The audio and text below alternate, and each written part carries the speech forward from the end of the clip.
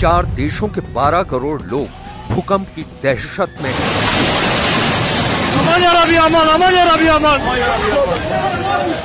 सिर्फ एक बड़ा भूकंप नहीं आया, भूकंप के बाद 80 से ज्यादा आफ्टर शॉक्स आ चुके हैं और दहशत भी किस तरह की है इन 5 तस्वीरों से समझिए। तस्वीर नंबर 1, एक साथ गिरी 2 इमारतें। अल्लाहू अकबर! अल्लाहू अकबर! तस्वीर नंबर 2, आखिर क्या हुआ इन लोगों का जो इन इमारतों में मौजूद थे। तस्वीर नंबर 3, एक झटके में जमीन में समा गई गगनचुंबी इमारत। जान बचाने को भागते नजर आए सैकड़ों लोग। तस्वीर नंबर 4, एक एक जान बचाने के लिए भागता इंसान। तस्वीर नंबर 5, इस तरह 6 फरवरी को हिल रहे थे दुनिया के 1 दर्जन देश। पूरे तुर्की और सीरिया में ऐसी करीब 3000 इमारतें गिरकर जमीन दोज हो चुकी हैं। अगर माना जाए कि एक इमारत में औसतन 10 लोग भी फंसे होंगे तो सीधे सीधे 30,000 लोगों की जान बचाने के लाले पड़ गए।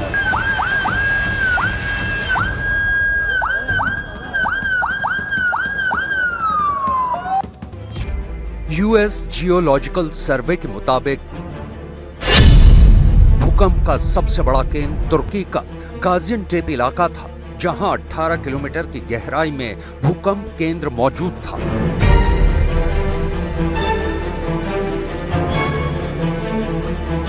भूकंप ने कितनी बड़ी तबाही मचाई है आप इस बात से अंदाजा लगा सकते हैं कि तुर्की में तो कोहराम मचा ही, इसके अलावा भी आसपास के 1 दर्जन देशों तक भूकंप के झटकों ने लोगों को हिला दिया।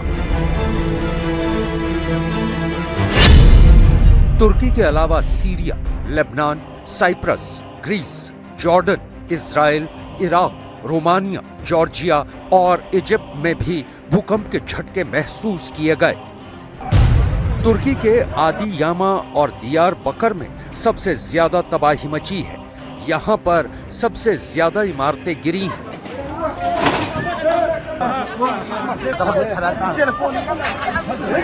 इसके अलावा उस्मानिया प्रांत में भी 34 इमारतें गिरी हैं।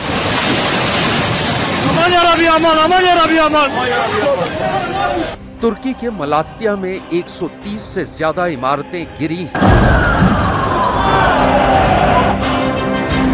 गाजियान्टेप में 1800 साल पुरानी रोमन साम्राज्य की धरोहर को भी भूकंप से नुकसान पहुंचा है। सदियों से खड़ी रोमन साम्राज्य की ये निशानी भी भूकंप का कहर नहीं झेल पाई। तुर्की के हताए प्रांत में एयरपोर्ट का रनवे ही बर्बाद हो गया। लेकिन कुछ वीडियो ऐसे हैं जिनको देखकर पूरी दुनिया कांप रही है। ये तुर्की के मलात्या इलाके का वीडियो है, जहां पूरी इमारत अचानक गिर गई और लोग धुएं के गुबार के बीच भागते नजर आए।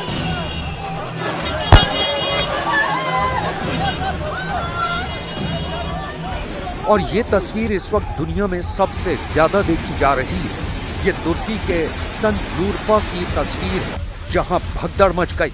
ये तस्वीर 2 कैमरों से रिकॉर्ड हुई है। पहले देखिए कैमरा नंबर 1। वो कौन किस्मत वाले थे जो इस प्रलयंकारी तबाही से बचे, ये भी देखिए। सबसे पहले काली रंग की कार गिरती हुई इमारत के नीचे से भागती नजर आई और इसके बाद तेजी से भागती नजर आई एक सफेद कार। ये लोग वाकई किस्मत वाले थे जो बाल बाल बच गए। और अब देखिए कैमरा नंबर 2। दिल दहला देने वाली ये तस्वीरें इस वक्त पूरी दुनिया में वायरल हो रही हैं। इन तस्वीरों में एक काली तस्वीर भी नजर आ रही है। क्या ये बालकनी में खड़ा कोई इंसान था? अंदाजा लगाना मुश्किल है, लेकिन ये तस्वीर धूल और धुएं के गुबार में लोगों को डराकर गायब हो गई।